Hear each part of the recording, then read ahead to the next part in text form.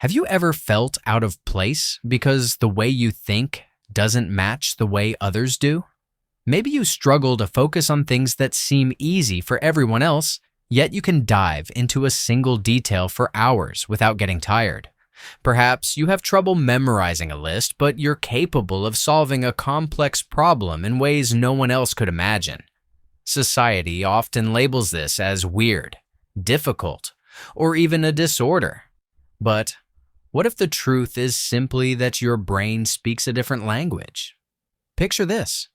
You're in a work meeting, and while everyone else follows one logical path, you suddenly see a shortcut no one else noticed.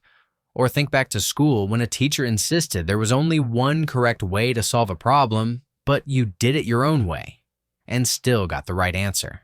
That doesn't mean there's something wrong with you. It means your mind processes life differently. And here comes the powerful question that may have followed you for years. Why doesn't your brain work like everyone else's? And why could that difference not only not be bad, but actually be your greatest strength?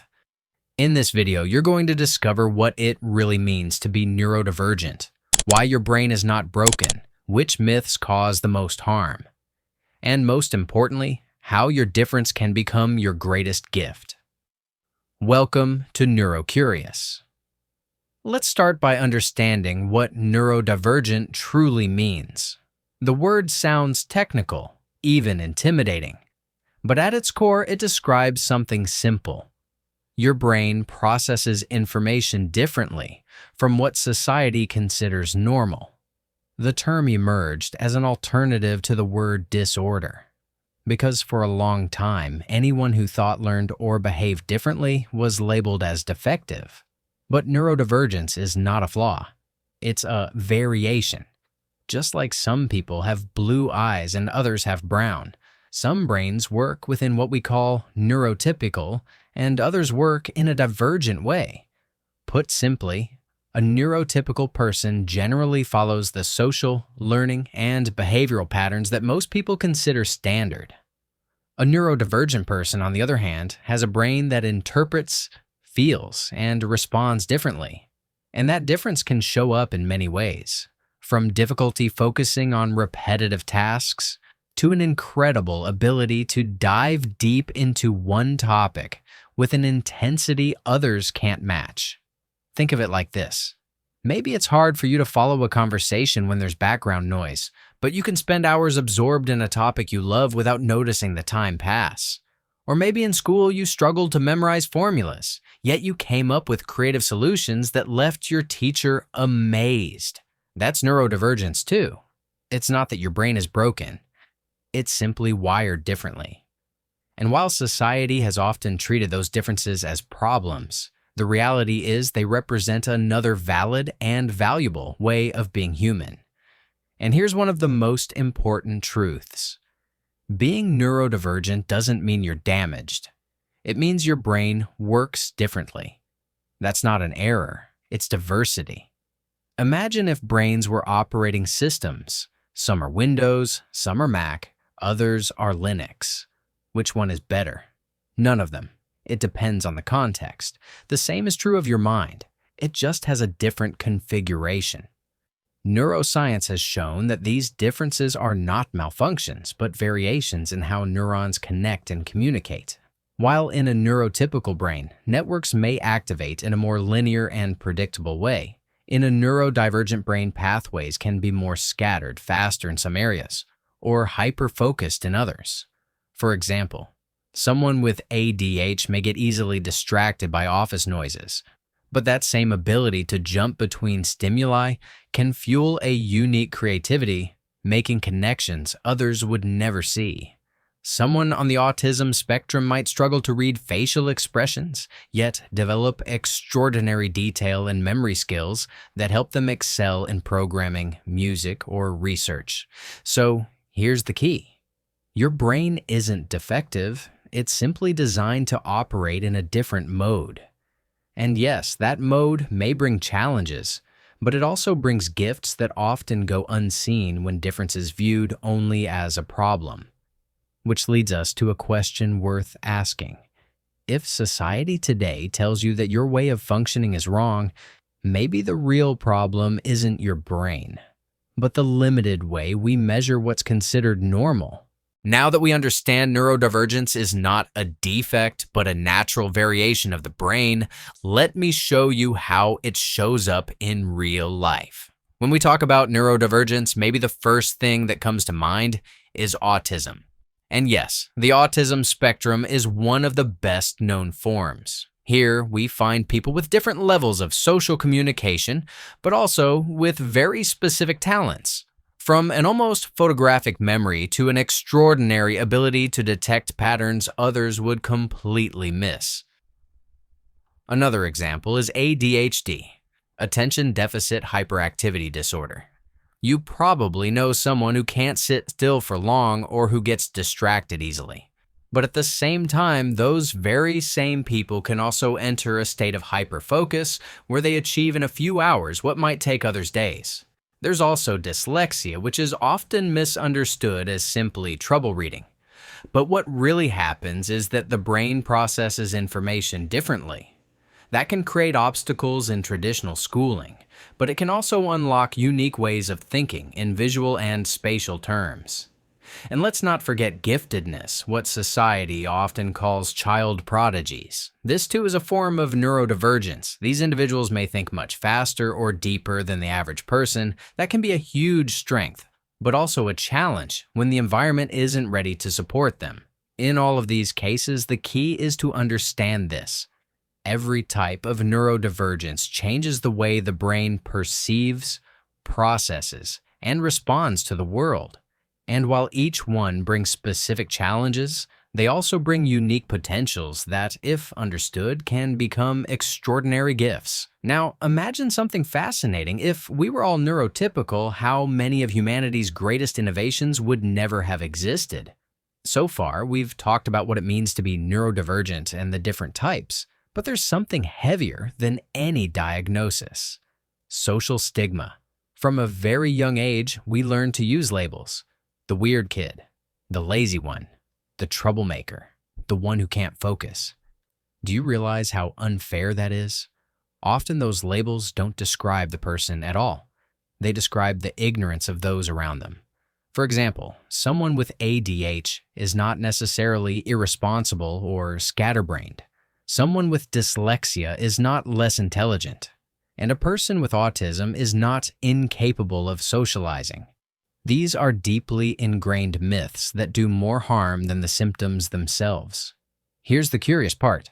Our social brain is wired to reject what's different. It does this because the unknown triggers an unconscious alarm in the amygdala, as if anything unusual were a threat. But the truth is, there's no danger at all. What there is diversity. The problem is that this social rejection doesn't just float in the air. It sinks in.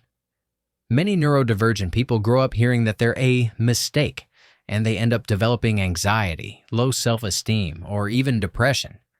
Not because of how their brain works, but because of how the world judges it.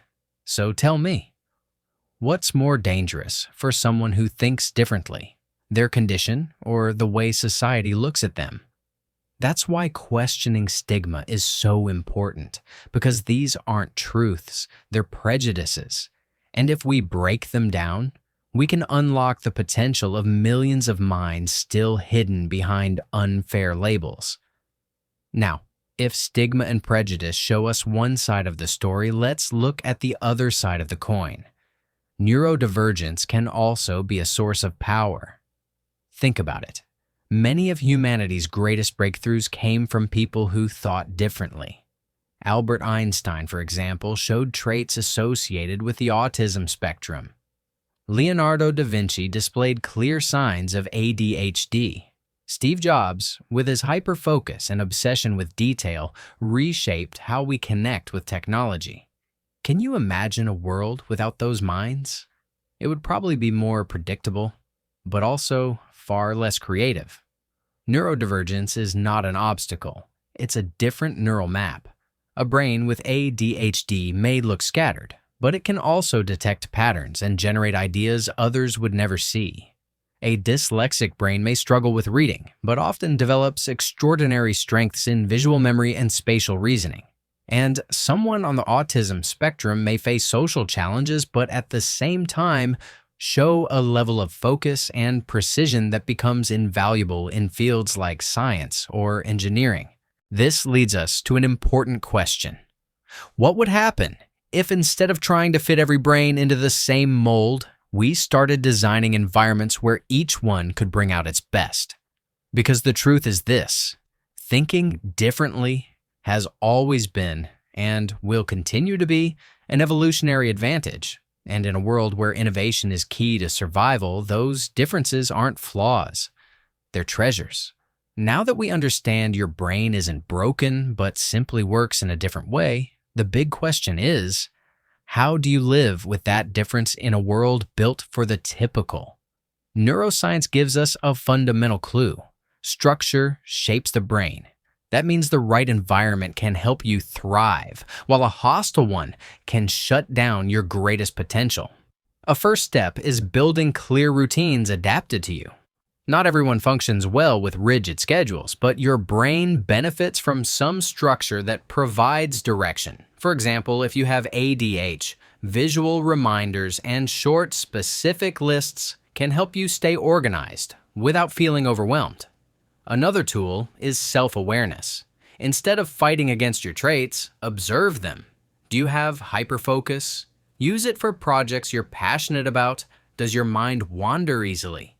Turn it into a source of creativity. When you understand your own neural map, you stop seeing it as the enemy and start using it as an ally. But here's the key. Living with your neurodivergence doesn't mean doing it alone. External support is vital. Cognitive behavioral therapy, support groups, and above all, understanding from family and society can make the difference between feeling broken and discovering your true potential. Because the reality is this: you don't need to fit into any mold to be valuable. What you need is a space where your difference isn't an obstacle, but a lever. And that space can begin with you, with small adjustments, with people who understand you, and with the decision to stop comparing yourself to a standard that was never designed for you. If you've made it this far, there's something I want you to carry with you very clearly. Your brain doesn't need to fit anyone's mold. Neurodivergence is not a factory error, not a punishment, and certainly not a disease. It's a unique expression of human intelligence. And even though the world may have tried to convince you that you're strange, the truth is that what they call strangeness might actually be the spark that ignites your true purpose. Think about it. The greatest changes in history didn't come from those who thought like everyone else, but from those who dared to see the world through different eyes. Your unique way of processing reality could be the gift that opens new paths for others. So the next time you doubt yourself, remember this phrase: what makes you feel different today could be the very thing that makes you shine tomorrow. So don't try to silence your mind or hide who you are. Learn to listen, to understand yourself, and to use your difference as your greatest strength. Because the real revolution begins the moment you stop trying to fit in and start embracing what always made you unique. If this video made you realize something you already suspected, share it, because knowledge doesn't just inform, it transforms, it heals, and sometimes it even saves. See you in the next video, Neurocurious Minds.